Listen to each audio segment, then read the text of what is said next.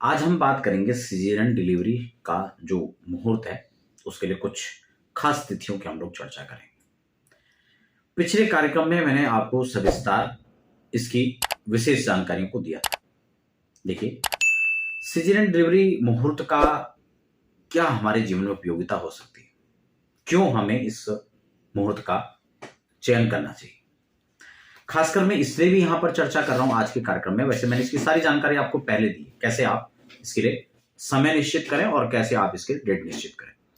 मैंने आपको पिछले कार्यक्रम के माध्यम से भी जानकारी दी थी। ये मैं इसलिए भी बता रहा हूं क्योंकि अब कई कई ग्रहों का एक साथ समागम होगा, इसलिए हमें ऐसे समय में सिजेरियन का जब हम मुहूर्त निकालें डिलीवरी के लिए, तब हमें यहां पर बच्चे और माता दोनों की सुरक्षा का भी ध्यान रखना है, उनके लिए शुभ हो ऐसा भी ध्यान में रखना है। डॉक्टर के लिए समय भी सूट करे वह भी हमें ध्यान में रखना है। पता लगे हम समय दे रहे हैं रात्रि का, उस समय तो पॉसिबल ही नहीं हो पाएगा, फिर कैसे होगा। इसलिए समय का भी हमें ध्यान रखना है।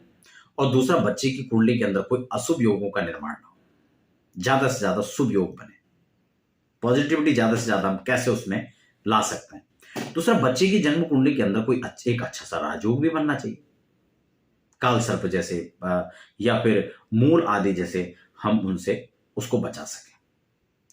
ऐसे डेट जो डॉक्टर ने दी हैं उसके बीच में से हमें उसका सिलेक्शन करना है।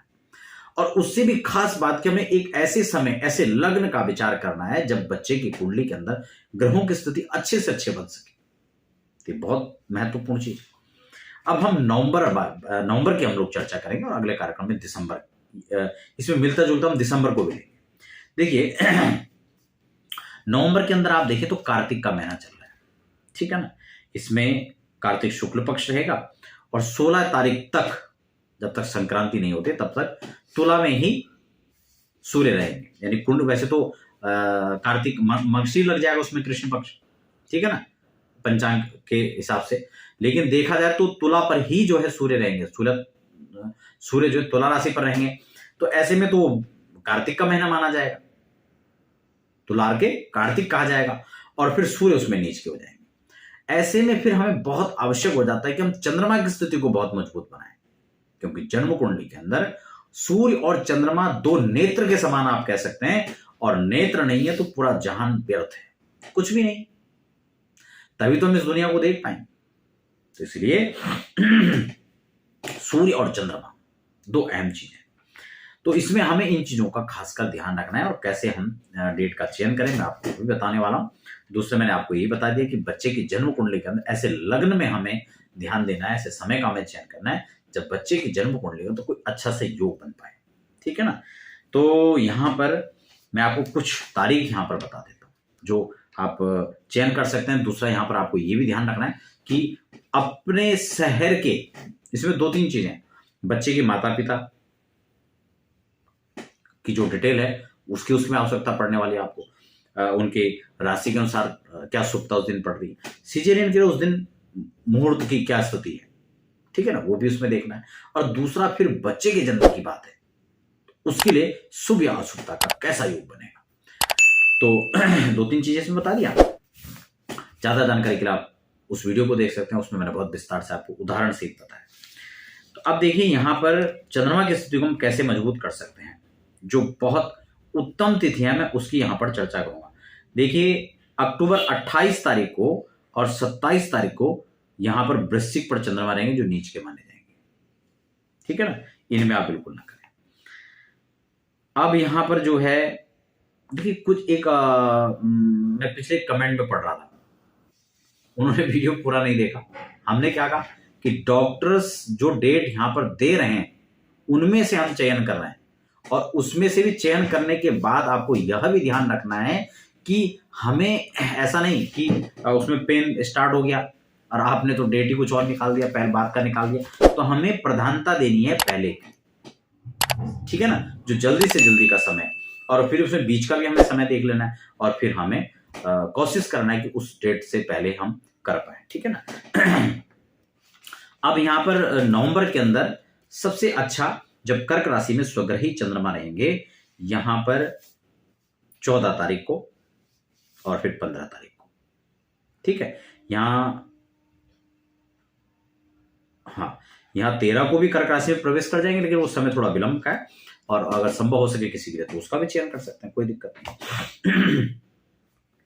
बाकी इसमें लग्न और उस दिन की कुंडली, क्योंकि वो तो बहुत विस्तार हो जाएगा, मैं चाहूँ भी तो आपको एक एक कुंडली यहाँ पर बना के मैं नहीं आपको बता सकता हूँ कि कौन कौन से लगन है, ठीक है ना, क्योंकि उसके लिए लंबा कैलकुलेशन करना पड़ेगा, सारे ग्रहों को स्थापित करना पड़ेगा, लग्नों के हिसाब से उनको ग्रह स्पष्ट की करना पड़ेगा, और फिर उनको आपको समय बताना पड़ेगा, और फिर इतना कर भी दें तो हो सकता है कि आपके शहर के हिसाब से उस दिन जो हम लगन साधन कर रहे हैं वो थोड़ा हटके हो, ठीक है ना। तो आपके यहाँ के सूर्योदय होगा, उसके हिसाब से लगन साधन होगा, चंडीगढ़ का अलग होगा, दिल्ली का अलग होगा, ऋषिकेश का अलग होगा, तो उससे वो आप पर्सनल अपने यहाँ के हिसाब से लगन का साधन करें। तो ये 2 तिथियां ठीक है। उसके बाद यहाँ पर कर्क के अंदर हो गया, और दूसरा यहाँ पर कर्क, सिंह, कन्या, वृष राशि में। दूसरा यहाँ पर जो है धनु, मकर, कुंभ, मीन, नवंबर के अंदर मेष, वृष। हाँ, उसके बाद यहाँ पर वृष राशि पर जब चंद्रमा रहेंगे तो वो यहाँ पर दिसंबर के महीने में पहुंच जा रहे हैं, ठीक है ना। उसके बीच में कुंभ है, मीन है, मित्र राशियों में भी चलेगा, ठीक है ना। यहाँ पर वृश्चिक है, खासकर देखिए कुछ चीजें जैसे कि 23 तारीख को वृश्चिक लगन में रहेंगे, तो इसको आप अवॉइड कर दें, ठीक है ना। 24 में भी वृश्चिक में रहेंगे, 25 में फिर यहाँ पर ठीक रहेगा, धनु राशि में चले जाएंगे, उसमें भी मित्र राशियों का संयोग मिलेगा तो ज्यादा अच्छा रहेगा, ठीक है। जैसे कि मकर, कुंभ, मीन 2 दिसंबर को है। धनु, हाँ, जैसे कि धनु राशि है, यहाँ पर जो है 25 और 26 में धनु में रहेंगे, तो बृहस्पति की राशि पर चंद्रमा रहेंगे, तो ये भी एक धनयोग अच्छा योग माना जाएगा। तो ये कुछ डेट जो मैं आपको यहाँ पर बता रहा हूँ, जैसे कि बुध के राशि पर भी ठीक है, और तुला की राशि पर, शुक्र की राशि तुला, ये 21 और 22, ठीक है ना। कन्या में 20 में परिवर्तन हो जाएगा कन्या से, तो 21-22 ये तिथि भी आएगी। तो ये जो है 4, 5, 6 डेट जो यहाँ पर मैंने आपको बताई है, इस दिन चंद्रमा की स्थिति कुछ ठीक रहेगी।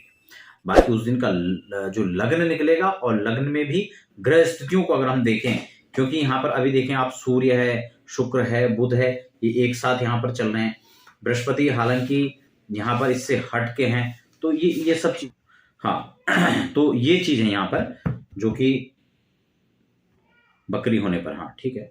तो उसके बाद बृहस्पति फिर अगले महीने फिर ये स्वग्रही हो जाएंगे, तो इस प्रकार से आप स्थितियों का चयन कर सकते हैं। तो आशा करता हूं आपको कार्यक्रम थोड़ा सा हो सकता है अगर समझ में नहीं आया हो तो थोड़ा बोर भी लगा होगा आपको, लेकिन अगर समझ में आया तो उससे आपको कुछ जानने को भी मिला।